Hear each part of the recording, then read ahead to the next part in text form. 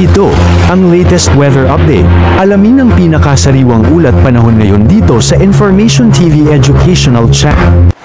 Kaninang alas 2 ng hapon ay tuloy na nga nalusaw itong low pressure area na ating binabantayan sa silangang bahagi ng Mindanao. Makikita natin dito sa ating latest satellite images na itong mga kaulapan dito sa eastern part ng ating bansa ay yung remnants o yung mga tira-tirang kaulapan ng nasabing low pressure area.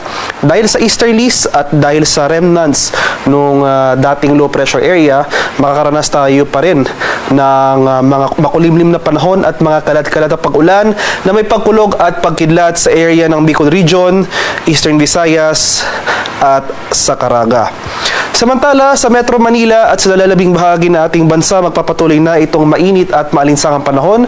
Pero ngayong hapon hanggang mamayang gabi, nandyan pa rin yung mga tsansa ng biglaan at panandaliang buhos ng ulan na dulot ng localized thunderstorms.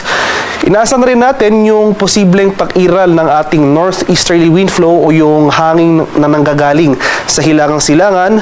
Posible itong magdulot ng mga kaulapan at mga pag-ulan dito sa areas ng extreme northern Luzon.